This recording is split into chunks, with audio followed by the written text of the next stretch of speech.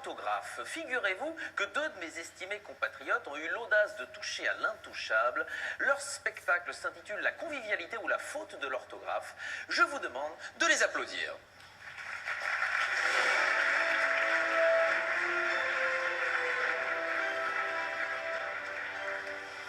Bonsoir, je m'appelle Arnaud Hout. Bonsoir, je m'appelle Jérôme Piron. Alors on est très content d'être ici ce soir parce qu'en fait on n'est pas du tout comédien. Non, on est tous les deux professeurs de français à Bruxelles, en Belgique. Si on est là ce soir, c'est parce qu'on voulait vous parler de la langue de Molière. Ah, la langue de Molière. Pour l'orthographe de Molière.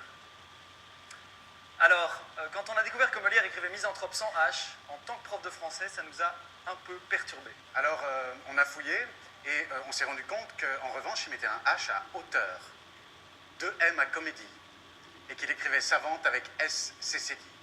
Alors, il utilisait pratiquement pas d'accent. Et il accordait son participe passé seulement quand ça l'arrangeait pour l'alexandrin.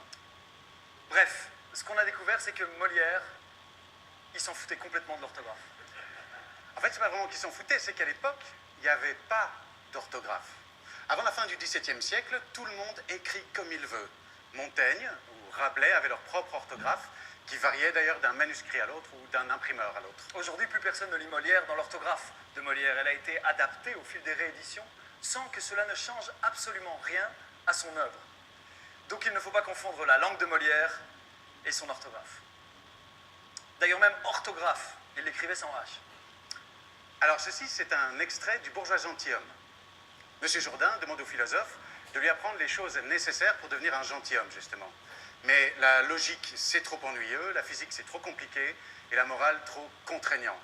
Alors le philosophe désespère de lui trouver un centre d'intérêt et lui demande « Mais que voulez-vous donc que je vous apprenne ?» Et monsieur Jourdain répond « Apprenez-moi l'orthographe. » À l'époque, tout le monde est mort de rire. Aujourd'hui, moins. Alors du coup, en tant que prof de français, on s'est dit qu'on allait plutôt appeler ça la langue de Voltaire, et on a découvert que Voltaire écrivait philosophe avec F. Et enfin, on est tombé sur cette citation. L'orthographe de la plupart des livres français est ridicule. L'habitude seule peut en supporter l'incongruité. Vous surveillez votre orthographe?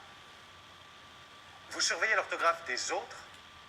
En turc, l'orthographe est parfaitement phonétique. Une lettre, un son, une lettre. Mayonnaise. Saucisse. Encore un.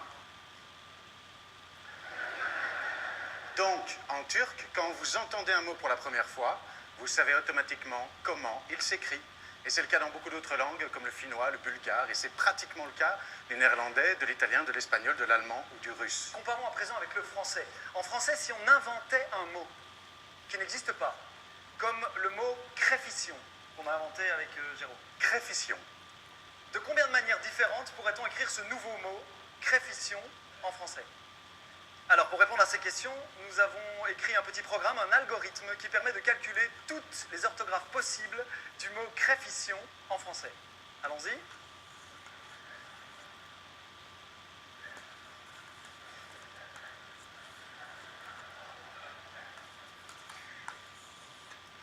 Voilà, au total, il existe bien 240 manières différentes d'écrire le mot créfition en français. On se demande souvent comment respecter l'orthographe. Mais l'orthographe elle-même est-elle respectable? Au XVIIe siècle, Molière se moque de l'orthographe. Pourtant, aujourd'hui, certains tueraient pour un circonflexe. Comme si tous les circonflexes du français avaient la même valeur. Alors c'est vrai que certains sont la marque d'un ancien S, comme dans château qui vient de Castel en latin, mais beaucoup ont été rajoutés uniquement pour faire classe. Ce sont les bourgeois, gentilshommes précisément, qui aimaient parler avec emphase en allongeant les voyelles à l'oral, comme dans suprême, infâme.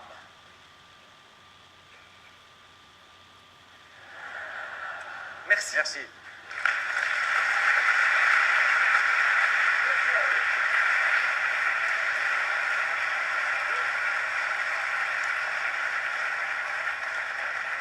C'est donc des Belges qui doivent vous apprendre la langue française. Passons